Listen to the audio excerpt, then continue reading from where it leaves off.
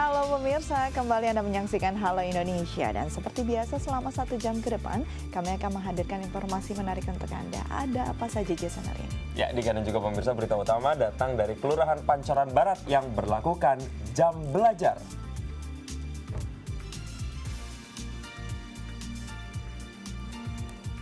Ada pula kisah ibu dari 10 dokter. Ya, selain itu kami juga akan berbincang bersama pemain terbaik dan pelatih juara AFF 2016 GK Angels. Dan inilah Halo Indonesia selengkapnya.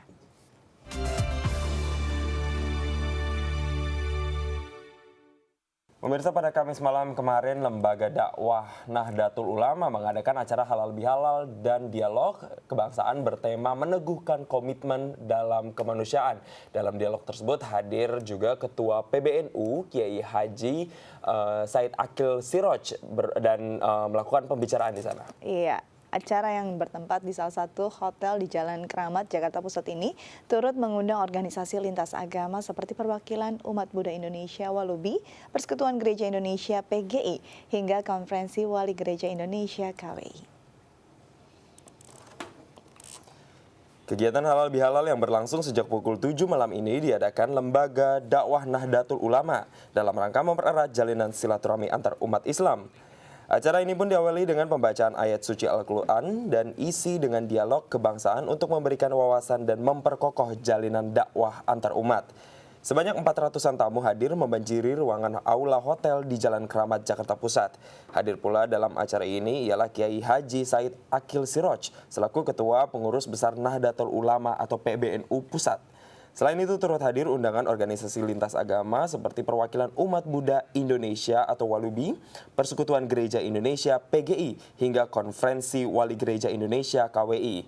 Dalam acara dialog tersebut disebutkan pembicaraan mengenai komitmen dalam menjalankan dakwah dengan penuh keteguhan tanpa keraguan, di mana dakwah juga dapat dilakukan berdasarkan rasa kemanusiaan akan kedamaian dan cinta kasih.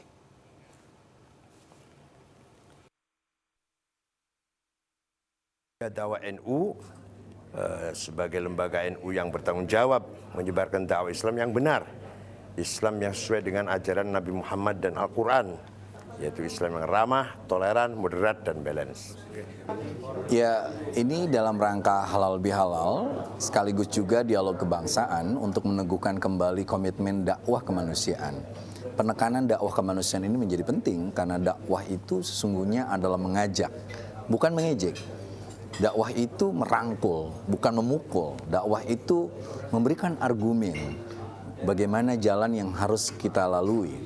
Nah, ini jelas perlu disosialisasikan bahwa sungguhnya dakwah menjadi sebuah jalan agar mempersatukan sebuah misi kemanusiaan. Ada lagi informasi lain nih, Dika. Kalau saya mau tanya dulu, kamu waktu masih kecil tuh tipikal anak yang penurut nggak sih? Kalau misalnya disuruh belajar atau justru malah ngambil waktu sedikit nih di sela-sela untuk nonton TV? Jujur sih, saya suka banget belajar, tapi suka juga curi-curi nonton TV. Nah kalau kayak gitu kayaknya kamu harusnya ikutan program dari Kelurahan Pancoran Barat nih. Oh ya? Iya, jadi di mana mereka menerapkan jam wajib belajar mulai dari jam 19 sampai dengan jam 21.00. Seperti apa? Berikut liputannya. RW 04 di Kelurahan Pancoran Barat, Jakarta Selatan, memberlakukan jam belajar bagi warga usia sekolah yakni pada pukul 18 hingga pukul 21.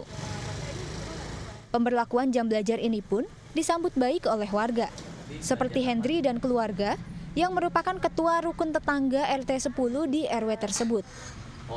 Hendri sangat setuju pada waktu disiplin belajar yang diberlakukan. Ia pun langsung menerapkan peraturan jam belajar ini kepada anak-anaknya. Saya bilang sama anak-anak saya dan anak-anak saya juga nggak keberatan, ya setuju. Oh nggak masalah kok, karena anak itu kita yang setting. Itu lama-lama dia bisa karena terbiasa. Ya alhamdulillah udah. So far dia jam 9 belum sampai jam 9 dia belajar, udah jam 9 nonton TV juga udah ngantuk deh, nggak jadi nonton TV dia. Kayak gitu. Setiap hari, anak-anak Hendri, Zilan, dan Cika memulai belajar malam dari pukul 6 sore hingga 9 malam dengan didampingi sang ibu. Tanya jawab, ngerjain PR bareng. Kalau aku biasanya juga belajar sama ibu, juga bareng-bareng adik. Kebanyakan ibu, karena saya pulang juga habis isya. Habis isya saya pulang, ya saya kontrol udah sholat isya belum, udah pada makan belum, biasa gitu. Untuk memastikan warganya juga turut menerapkan jam belajar kepada anak-anak mereka, Hendri pun membuat grup komunikasi via ponsel. Bahkan sesekali, Hendri mengunjungi rumah warga untuk memantau proses penerapan aturan baru ini. Mau tanya apa mengenai program wajib belajar, kan kita udah seminggu berjalan nih. Kira-kira mulai gimana anak-anak? Masih tetap rajin, ngajinya, nggak ada yang bandel dan sekarang malah tambah rajin gitu, tambah ada yang jam belajar ini tambah rajin. Sebagai orang tua sih saya sangat menyambut baik sekali ya, karena di samping kalau saya sih ngelihat anak-anak yang keluyuran tuh ya, kasihanan kok maghrib gitu. Dengan adanya program wajib belajar ini, semoga bisa mengurangi anak-anak yang susah belajar. Jika program wajib belajar 18-21 ini sukses di Kelurahan Pancoran, nantinya jam disiplin belajar ini pun akan diterapkan dan dikembangkan di kelurahan dan wilayah Jakarta lainnya. Aprisani Enggelin, Reski Ardian, Dai TV. Baik, jadi memang harus ada jam belajar ya. Mereka biar disiplin dan anak itu katanya memang orang tua yang setting. Bener nggak ya? Baik, kita beralih ke informasi lain. Lokasi Tambun Tulang yang dipercaya masyarakat setempat sebagai kubur massal dan dari pasukan kerajaan Aru hingga kini masih menyimpan tanda tanya besar. Ya, belum satu pun makam di daerah tersebut yang diketahui identitasnya. Seperti apa berikut liputannya.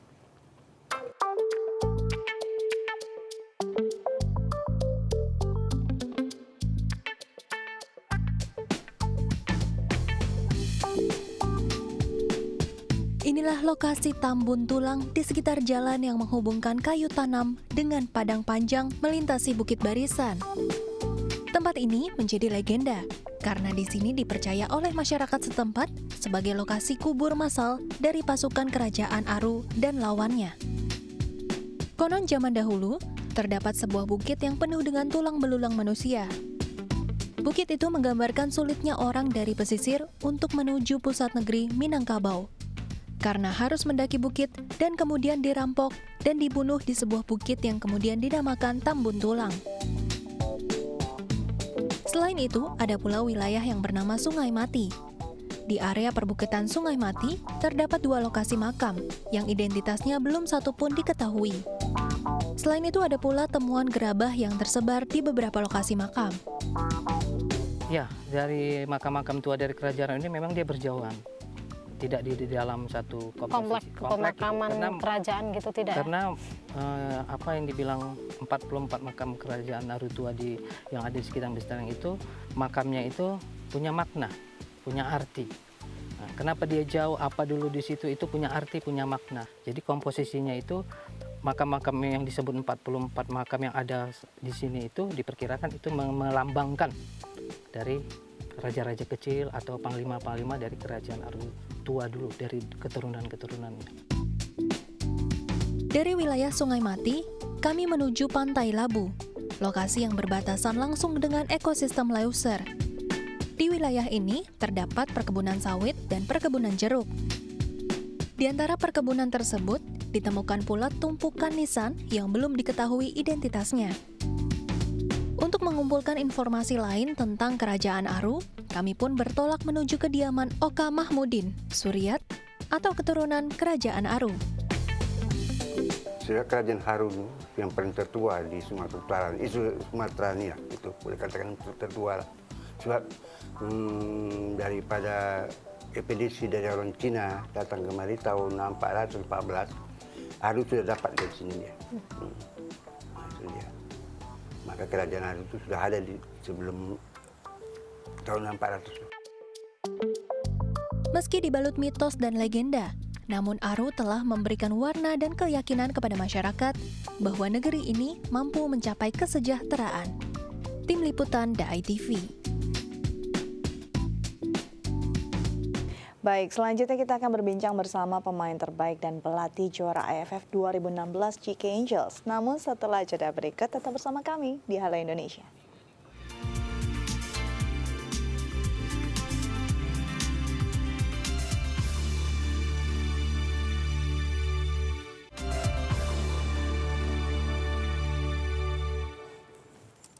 Anda kembali bersama kami di Halo Indonesia. Dan Dika, kalau kita lihat ya di usia kemerdekaan kita yang sudah 71 ini, hadiah yang diberikan oleh masyarakat ini sangat banyak. Pertama, dari Olimpiade Rio kita tahu bahwa Tontowi dan juga Liliana Natsir ya, kemarin baru mendapat medali emas di ajang Olimpiade Rio de Janeiro. Lalu kemarin juga Sri Mulyani diangkat besi juga, mereka juga mendapatkan medali perak. Nah ini ternyata ada satu lagi tim di cabang olahraga yang berbeda ternyata mendapatkan medali juga sebagai juara juga di negara orang juga. Ini berarti tingkatnya udah internasional. Ini coba aku tebak, jangan-jangan ini salah sebuah tim futsal yang terdiri dari putri. Iya. Ya, Sri Kandi Indonesia pastinya ya. Wow. Kalau misalnya tim futsal kan biasanya cowok-cowok. Ini justru tim futsalnya adalah cewek-cewek. Nah, hari ini kita akan membahas nih bagaimana perjuangan mereka akhirnya kemarin bisa menang di Piala AFF tim futsal di Myanmar. Wah, ini seperti apa? Langsung saja kita lihat cuplikan berikut ini. Sejarah kembali terukir di lapangan hijau. Tapi prestasi kali ini datang dari tim futsal putri asal Tangerang, Banten bernama Jaya Kencana Angels atau kerap disapa JK Angels. Perjuangan dan kerja keras Jaya Kencana Angels selama ini tidak sia-sia. Mereka membuktikan bahwa anak bangsa pun dapat bersaing dengan negara lain untuk meraih gelar juara. Setelah mengalahkan klub elit Thailand Khun Kaen FC pada babak final AFF Futsal antar klub tahun 2016 di Myanmar. Dapat membawa bendera Indonesia di ajang bergengsi seperti AFF ini seperti memberikan semangat baru di tengah surutnya prestasi sepak bola tanah air. Walaupun sudah terbentuk sejak tahun 2009, namun tim ini melakukan berbagai kegiatan dan latihan secara mandiri, termasuk mencari sponsor sendiri untuk mengikuti setiap perhelatan futsal putri yang diikuti, baik dalam maupun luar negeri. Meski demikian, mereka tak gentar dan terus berjuang untuk mengharumkan nama Indonesia melalui kompetisi futsal baik di dalam maupun luar negeri. Iya, ini keren banget ya. Ini mengalahkan negara tetangga loh, Thailand. Kayaknya udah ngincer ya cantik-cantik juga. Iya, tapi cantik-cantik, tapi mereka strong juga. Betul. Ya, kita langsung tanya aja sama narasumber kita. Pertama ada pelatihnya, yaitu Mas Andre, dan juga salah satu pemain terbaiknya di tim JK Angels ini ada Citra Adisti. Halo, apa kabar Citra dan juga Mas Andre? Selamat datang di Halo Indonesia. Kelihatan ya mukanya segar. Juga baru menang bulan lalu soalnya. Iya.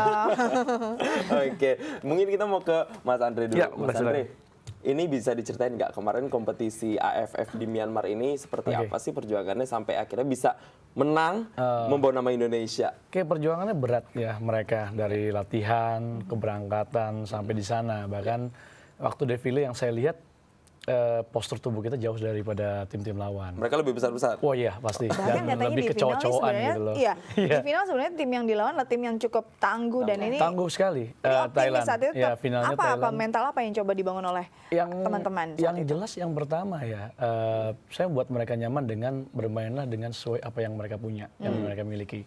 Bukan apa yang tidak mereka miliki, itu yang pertama. Yang kedua, saya concern gimana caranya untuk menitik beratkan kepada kelebihan kita. Kurang kita adalah postur tubuh, tapi kelebihan kita dengan kecepatan mereka gitu. Gesit jadinya. Yap, betul sekali. Nah, yang itu. Terus yang terakhir, trust each other. Jadi mereka harus percaya dengan satu sama yang lain untuk sebuah tim. Nah, itu membentuk kerjasama yang baik, good communication, dan akhirnya kita bisa menangkan pertandingan. Walaupun di luar ekspektasi saya, final aja kita udah juara, saya bilang sama mereka. Ketika kalian masuk final itu, kita sudah juara membanggakan keluarga kalian, bahkan masyarakat Indonesia. Karena yang kita lawan adalah negara yang terbaik di futsal ASEAN, Thailand. Iya, itu ketika saya bermain, bahkan di timnas sekalipun, saya tidak pernah menang lawan Thailand. Baru kali ini saya bisa membawa tim Indonesia, bisa juara, dan bisa mengalahkan Thailand gitu loh. Tim putri lagi ya? Putri pula, betul sekali. Nah, kebanggaan tersendiri ya. Benar Dika, nah ini kan dibilang tadi sama Mas Andre, ternyata kendalanya nggak cuma kendala dari postur badan aja, tapi juga ada kendala lainnya nih. Ini bulan lalu, di mana umat muslim ini sedang merayakan yang namanya bulan Ramadan. Ya? Nah ini seperti apa nih? Anggotanya kan banyak yang puasa juga kan? Iya, alhamdulillah semuanya muslim yang di Jaya Kencana, termasuk ofisialnya sama, mereka semua tetap beribadah. Makanya saya gimana caranya untuk memikirkan program apa yang sesuai dengan pemain-pemain gitu loh. Yang pertama kita latihan pagi sore, mungkin ekstrim ya, coach ekstrim banget pagi sore, tapi sesuai dengan kebutuhan tim. Yang pertama mungkin pagi kita hanya latihan conditioning dengan bola manipulation, ball feeling.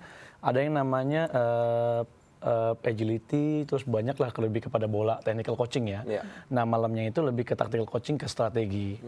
Tapi lebih di-push dalam artian kita harus pressure atau defending atau movement lebih ke malamnya, karena setelah mereka buka puasa lebih maksimal untuk tenaganya. Betul. Jadi jangan sampai mengganggu ibadah, karena ibadah tetap nomor satu. Karena balik lagi ketika kita menjalankan perintah yang di atas sesuai dengan apa yang diperintahkan, alhamdulillah semuanya lancar gitu. Oke, jadi tetap berjuang, tetap berlatih walaupun sedang menjalani ibadah puasa. Betul sekali. Ini kata pelatihnya kita tanya nih. Kata pemainnya, bener kamu kuat atau sebenarnya coach please coach ini udah capek banget. Apa sebenarnya waktu itu apa yang kamu lakukan sendiri dan teman-teman untuk bisa tetap menjaga stamina, menjalani Ramadan juga tapi tetap berlatih untuk bisa menjuarai turnamen tuh? Iya, sebenarnya bulan puasa kita juga bulan puasa latihan gitu kan. Tuh kan? Awal pertama latihan itu kita sempat nyoba pagi sore. Sorenya itu sebelum buka puasa. Itu jam 4-an. Itu kelihatan banget anak-anak nggak bisa. Terus materi yang dikasih pelatih juga nggak bisa kita serap gitu. Terus mereka kayak udah ngelakuin aja asal-asalan. Akhirnya didiskusiin, oh gimana kalau abis buka puasa ya Bang? Jadi itu efektif ya? Jadi pagi sama setelah buka puasa itu lebih efektif sih. Jadi kita ibadahnya dapat, latihannya dapat, terus kebersamaan. Kita juga kebetulan di TC kan, jadi kita nggak pulang ke rumah masing-masing. Jadi kebersamaannya juga dapat di dalam sama di luar lapangan. Dan menang pula ya. Ini perasaan waktu itu teman-teman saat berhasil menjuarai turnamen dan mengalahkan Thailand yang istilahnya memang tim tangguh. Bagaimana saat itu? Kebetulan timnas futsal putri itu ya khususnya dia terbentuk 2011. Itu Thailand mungkin udah jauh lebih dulu terbentuk, lebih lama. Bahkan dia udah ikut Piala Asia gitu kan. Kita baru muncul 2011 dan tidak pernah menang lawan Thailand. Kita selalu kalah dan kemarin itu di babak penyisihan kita menang 1-0. Itu pun udah sebuah sejarah gitu tim Indonesia walaupun kita belum juara satu, masih di penyisihan. Itu udah sebuah sejarah kita bisa ngalahin tim kuat Thailand walaupun dengan hanya skor 1-0. Dan itu terulang lagi di final. Kita membuktiin itu hanya kebetulan atau memang kita bisa gitu lawan ternyata Thailand. bisa ya. Dan akhirnya kita ngalahin dia 2 kali. Dua kali. Iya 2 kali di penyisihan dan di final. Berarti itu bukan kebetulan gitu. Itu perjuangan anak-anak. Nah ini yang juga jadi pertanyaan. Mereka sudah berjuang sedemikian rupa hingga harus di tengah ibadah mereka juga harus berjuang juga harus berlatih. Yang menjadi pertanyaan adalah bagaimana nih tanggapan dari pemerintah? Apakah ada kontribusi untuk mendukungnya ke sana nih? Boleh ceritain mungkin? Yang jelas yang pertama tidak ada support dari pemerintah, mungkin dari federasi ada, bahwa informasi sudah ada, bahwa kita bisa berangkat ke FFI juga, atau ke AFF itu sudah termasuk bantuan dari Federasi Futsal Indonesia atau FFI sendiri. Yang jelas dukungan semuanya tidak ada dari pemerintah. Bahkan ketika kita bermain pun tidak ada yang namanya induk organisasi atau perwakilan dari pemerintah kita untuk datang dan duduk untuk nonton kita. Tapi saya pikir sama anak-anak cuma satu sama mereka, bermainlah dengan harga diri kalian.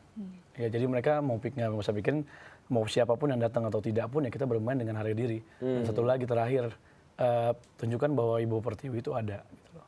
Jadi di sana kita berjuang mati-matian, mau apapun hasilnya itu yang terbaik. Nah, alhamdulillah kita diberikan yang juara atau nomor 1 di sana. Baru sebenarnya sambutan itu ketika kita menang. Mungkin kalau nggak menang nggak ada sambutan gitu ya. Ketika kita menang, ketika kita di airport atau Bandara Soekarno-Hatta, banyak teman-teman kita pers juga dari media elektronik sama cetak. Mereka banyak menanyakan gimana bisa sampai juara, pengalaman seperti apa. Bahkan suatu appreciate juga kita bisa diundang di sini sih. Jadi mungkin masyarakat Indonesia bisa tahu bahwa futsal adalah olahraga yang bisa ngebangun atau bisa negeri ini bahwa semuanya bisa kalau kita mau gitu loh. Oke, jadi istilahnya bermainlah dengan harga diri kalian karena itu juga ada harga diri bangsa ya. Kita masih akan lanjut lagi cerita tentang JK Angels namun setelah jeda berikut ya Mas ya. Tetap bersama kami di Halo Indonesia.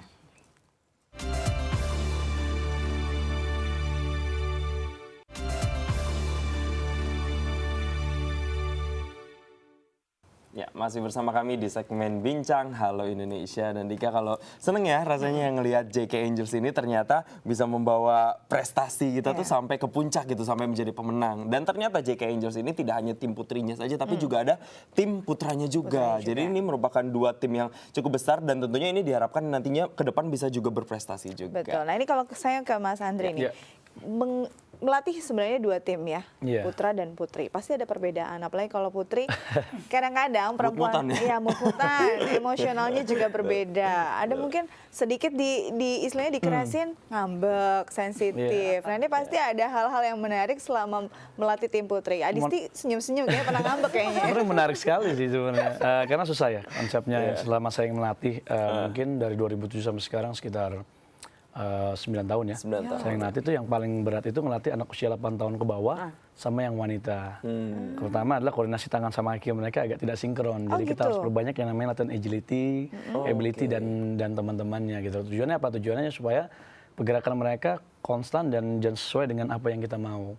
Dan itu yang kedua, yang jelas agak susah karena bukan mut-mutan ya, ketika mereka lagi masalah di luar biasanya dibawa ke lapangan, perasaan lebih berasa ya. Ada juga yang agak susah ketika ya berantem sama cowoknya mungkin. Bukan itu malah mudah untuk mencetak gol kali ya? Iya, amarah kan. Pengen. Ya bagus sih ke gawang, tapi kalau ke lawan itu bahaya. Iya, itu masalahnya ya. Jadi itu memang banyak sekali ya. Banyak sekali. Mulai dari emosional dan ada yang nggak mereka gimana caranya, kapan kita bisa bersikap dalam artian kita tanyakan, atau dari temennya mungkin kenapa dia ada masalah kah atau apa, kita bisa ya salah satu seperti itu. Jadi nggak cuma coaching tapi ada konseling juga. Iya, konseling juga. Nah itu yang repot. Kadang-kadang yang di rumah agak ngomel. Gitu. Istri di rumah yang ngomel. Nah ini kalau misalnya ngelihat anak-anaknya lagi down, anak-anaknya lagi baper atau anak-anaknya lagi nggak mood untuk berlatih, biasanya apa yang dilakukan oleh Mas Andri untuk motivate buat mereka gitu loh. Kita tidak bisa jadi apa-apa, kita tidak melakukan apa-apa. Jadi ketika mereka lagi bad mood atau lagi malas latihan, balik lagi ke tujuan kita apa. Jadi kalau kita sudah punya tujuan, biasanya mereka akan udah keluar track, biasanya mereka akan back to the track. Baik. Apa sih tujuan kita? Tujuan kita juara, atau tujuan kita adalah mau menjadi perwakilan Indonesia untuk AFF misalkan. Ketika kita sudah kasih mereka masukan seperti itu, mereka akan dengan sendirinya untuk balik. Karena tujuan apa? Tujuan mereka kemari adalah gimana caranya untuk mencapai impian mereka setinggi-tingginya.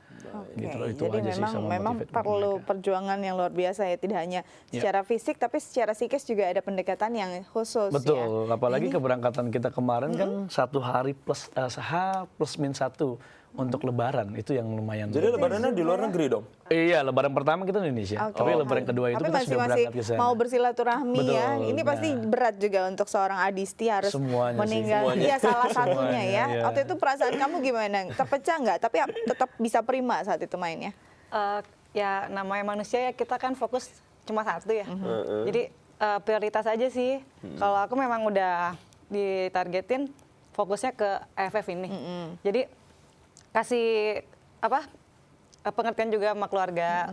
Untungnya mereka nge-support dan fokus aku hanya ke pertandingan. Jadi semua masalah, semua yang ada di sini tuh ditinggal. Udah fokusnya mau tanding. Jadinya kita untung di Myanmar juga tempatnya nggak terlalu, maksudnya nggak kayak di Indonesia yang semua ada, mall ada, tempat rekreasi ada. Jadi di sana tuh hanya memang khusus untuk pertandingan. Fasilitasnya kayak track jogging ada, itu semua ada. Mall hanya 1-2 bisa dihitung. Jadi benar-benar bisa fokus untuk pertandingan. Dan wifi juga hanya ada di hotel. Jadinya yang hubungin susah dong ya upload dan kalau udah keluar hotel itu kita udah fokus tanding. Udah nggak ngabarin pacar-pacar lagi misalnya. Jadi yang galau-galau handphone udah mati deh. Nggak ada galau, nggak ada sosmed dan fokus bertanding. Akhirnya kamu jadi pemain terbaik. Nah kita mau lihat seperti apa sebenarnya sosok Adisti dalam tayangan berikut ini. Para serikandi Indonesia hingga kini terus berjuang untuk penyetaraan, termasuk dalam bidang olahraga. Ya, siapa menyangka olahraga yang kerap dimainkan oleh kaum pria ini juga sudah banyak dimainkan oleh kaum wanita. Beberapa pemain futsal dari berbagai klub pun bermunculan. Salah satunya adalah Citra Adisti, perempuan kelahiran 1989 yang bergabung dengan klub futsal Jaya Kencana Angels yang menempati posisi sebagai penjaga gawang atau kiper. Wanita yang kerap disapa Citra ini tak menyangka, di tahun 2016 ini ia bersama timnya akan meraih gelar tak hanya di kancah nasional bahkan internasional. Tahun 2013, Citra sempat gagal bergabung untuk berlaga di SEA Games. Namun ia semakin termotivasi untuk terus berkembang. Ia terus berlatih hingga akhirnya kerja kerasnya terbayar di tahun 2016 sebagai Best Player Women Pro Futsal League 2016 4 pekan laga masuk sebagai Best 5 Player, hingga 2 kali menyabet Woman of the Match di laga AFF di Myanmar. Citra menyeimbangkan kegiatan futsal dengan pendidikan, di mana kini ia sedang menempuh pendidikan strata 2 jurusan akuntansi di salah satu universitas swasta di Jakarta. Oke, itulah sosok Citra Adisti. Apa waktu itu yang membuat kamu terpilih menjadi seorang best player? Apa kategorinya saat itu? Jadi mungkin kalau kategori mungkin nggak tahu ya, karena FFI jadi federasi yang milih. Tapi memang dari pekan pertama alhamdulillah aku masuk best 5. Terus yang wilayah baratnya juga kepilih 5 terbaik kipernya. Yang 4 itu kan pemain. Lalu Final Four kepilih juga best 5-nya, dan keseluruhan dari awal sampai akhir 5 terbaik pertandingan dari liga dimulai sampai selesai aku juga masuk. Jadi mungkin dipilihnya karena konsistensinya. Ya. Nah, ini kalau kita flashback lagi, ini kan olahraga futsal. Ini sesuatu yang relevannya sama kaum Adam, sama laki-laki. Ini bisa diceritain nggak awalnya tuh kenapa sih kamu tertarik untuk main futsal tuh kenapa? Tertariknya enggak. Jadi aku tuh bukan atlet futsal awalnya. Basically-nya itu karate sama volley. Iya. Kenapa akhirnya bisa pindah? Mungkin lebih ngelihat peluang kali ya. Karena saya dari karate sama volley itu hanya sampai kejuaraan nasional. Jadi hanya se-Indonesia. Tertingginya itu hanya bela Provinsi Banten. Itu untuk membela Indonesianya tuh peluangnya mungkin lebih besar di futsal. Karena saya ngelihat peluang dia itu baru muncul nih, ada futsal, ada putrinya. Terus kebetulan ada teman namanya Ayu, dia sahabat saya, dia atlet futsal lebih dulu daripada saya. Terus dia bilang, main futsal aja, lu kan pemain volley nih, refleks tangannya bagus, jadi kiper aja, dia bilang gitu. Akhirnya, oh yaudah deh boleh. Akhirnya main-main, terus kebetulan dilirik sama, ada MFC sebelum JK Angel, saya main di MFC.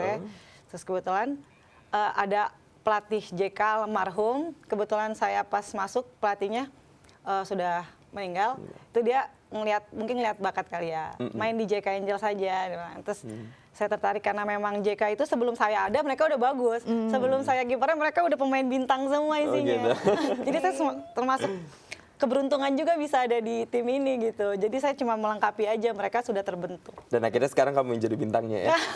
Itu bonus aja sih sebenarnya. Nah, ini memang harus terus dijaga. Nah, kalau kita lihat kemarin sudah menang di AFF, harus ada lagi dong target-target selanjutnya. Kita bahas setelah jeda berikut ya. Tetap bersama kami di Halo Indonesia.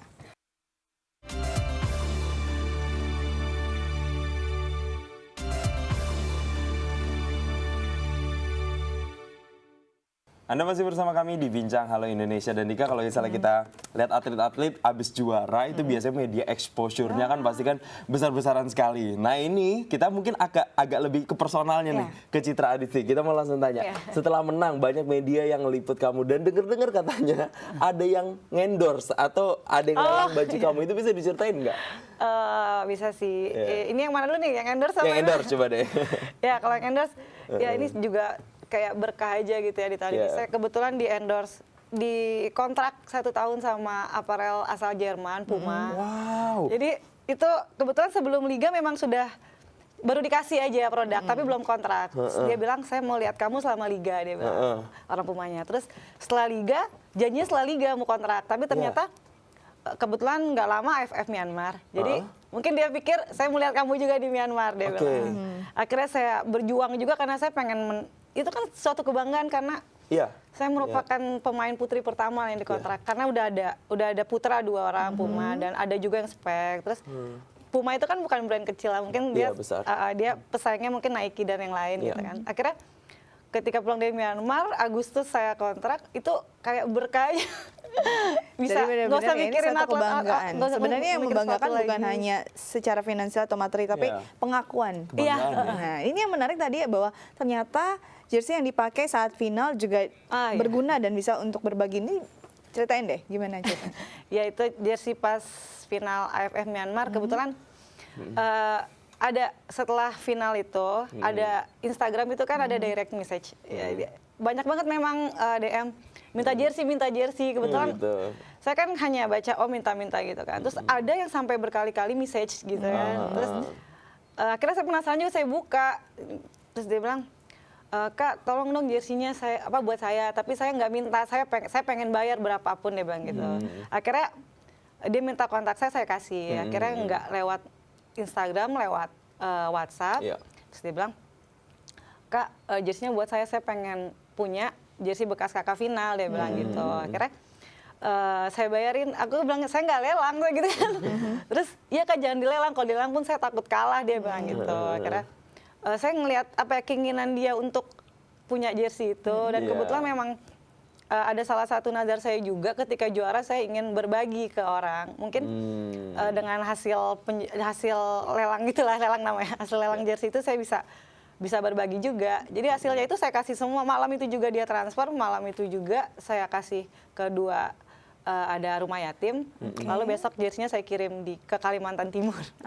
Oke. Jadi memang akhirnya hasil penjualannya dibuat untuk santunan. Ya. Ini menarik sekali bagaimana seorang atlet tidak hanya menjadi bintang di arena tapi juga di masyarakat, dan ini ya pasti ada peran besar dari seorang pelatih. Nah ini PR besar nih, nggak cuma berhenti di Citra Adisti, harus ada Citra Adisti yang lain juga yang bisa berprestasi. Targetnya apa Mas? Target untuk JK-nya atau apa nih? Untuk JK dan juga untuk posisinya Futsal Putri Indonesia ya. Yang jelas untuk JK sendiri mereka harus menjuarai Liga Indonesia untuk tahun depan kalau mereka mau ke jenjang yang lebih tinggi lagi yang namanya level AFC.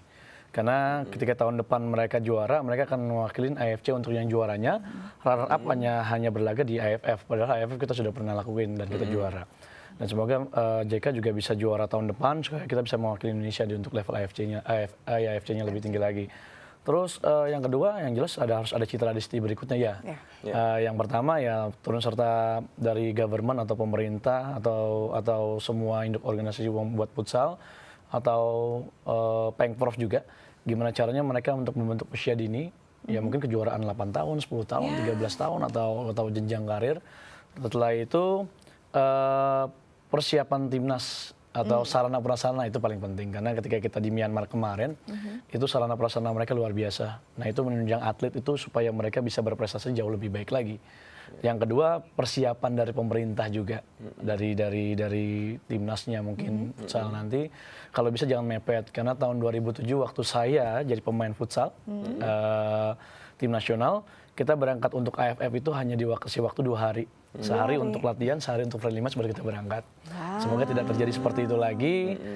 Pemerintah bisa memikirkan gimana caranya untuk persiapannya lebih matang lagi, karena mereka sudah membanggakan Indonesia juga. Gimana caranya untuk prestasi lebih baik lagi dengan proses atau latihan yang sesuai program yang dibuat, atau persiapannya jauh lebih lama lagi, karena dalam waktu dekat November nanti akan ada pembentukan untuk futsal yang wanita, yang cowok sudah kemarin untuk berangkat tanggal 21 ini sampai 29 di Cina. Desember nanti ada untuk U20, November AFF saya tidak tahu di mana. Tahun November ini akan pembentukan untuk staf kepelatihan Oktober untuk timnas wanita. Terus Novembernya itu ada seleksi untuk pemain wanitanya futsal. Februari itu kita kualifikasi AFC. April atau saya lupa Maret atau April itu AFF-nya, terus terakhirnya mungkin SEA Games atau apa. Wow, padat sekali, dan ini targetnya banyak dan PR-nya pasti juga luar biasa banyak. Sukses terus, jangan lupa semangat untuk latihan dan salam untuk teman-teman JK yang lain ya. Baik pemirsa, kita masih punya banyak informasi menarik lainnya, tetap bersama kami di Halo Indonesia.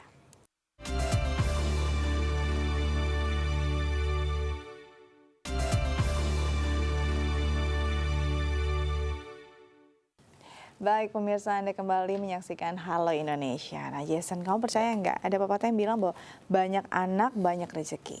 Gimana ya, kayak percaya nggak percaya, karena gini, sekarang zaman itu sudah semakin sulit yang pertama, jadi sekolah juga semakin mahal. Takutnya nanti kalau anak-anaknya banyak, ini nggak bisa kita sebagai orang tua malah jadi nggak bisa memberikan kualitas hidup yang baik. Tapi sebenarnya sih kalau misalnya memang diusahakan, ya sebenarnya pasti ada aja sih caranya. Pasti ada caranya, memang kalau kita lihat realitas sulit, tapi ini mungkin kisah dari sosok ibu yang satu ini bisa jadi penyemangat, karena dia bisa membesarkan 12 anaknya seorang diri dan 10 diantaranya berhasil menjadi dokter. Wow. Seperti apa perjuangannya? Berikut kisahnya untuk Anda. Jadi sebetulnya ibu itu sosok yang selalu hadir buat kita anak-anaknya, karena memang kebetulan ibu rumah tangga. Kalau saya menilai ibu saya, beliau ibu yang luar biasa, yang menurut saya supermom. Superman. Itu aja.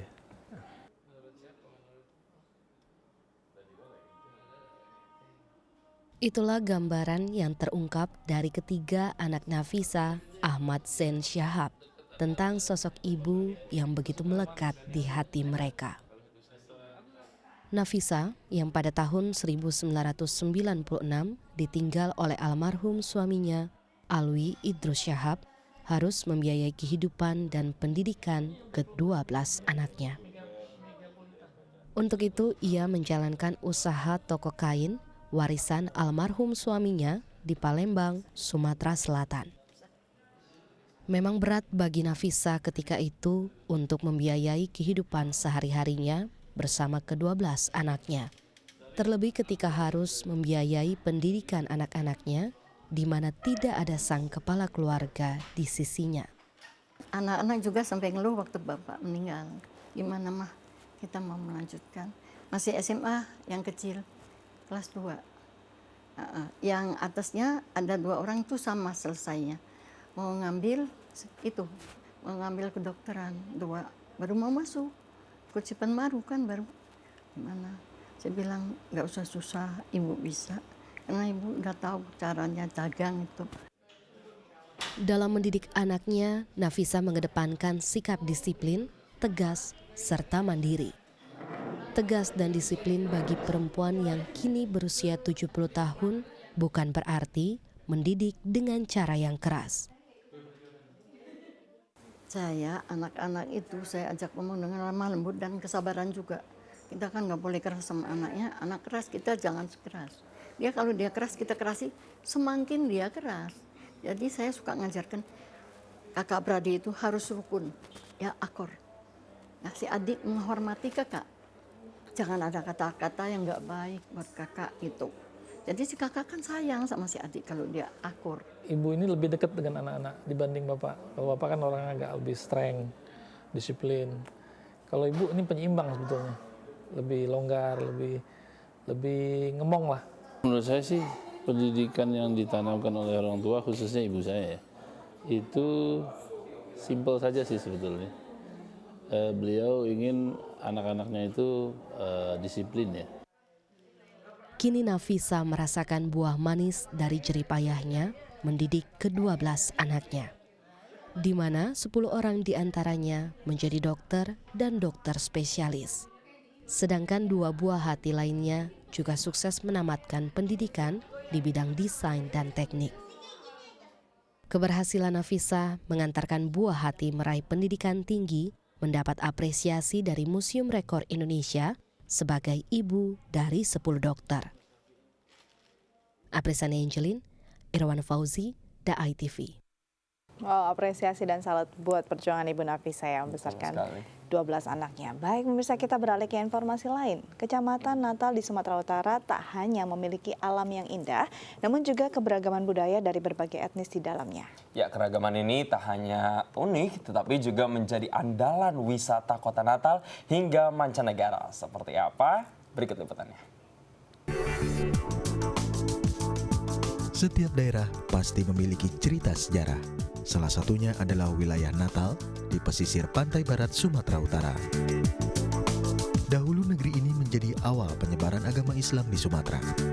Menurut salah satu versi yang berkembang di masyarakat, nama Natal diberikan oleh bangsa Portugis yang datang pada 25 Desember 1492 yang bertepatan dengan peringatan hari lahirnya Yesus Kristus. Sehingga mereka menamakan negeri ini dengan nama Natal, yang berarti kelahiran. Wilayah yang kebanyakan penduduknya mayoritas berbahasa Minangkabau dengan dialek Melayu pesisir, memiliki panorama keindahan pantai barat yang indah. Namun, keindahan pantai dengan deretan pohon cemarannya ini seolah menutupi fakta kelam sejarah tentang penindasan penjajah di negeri ini.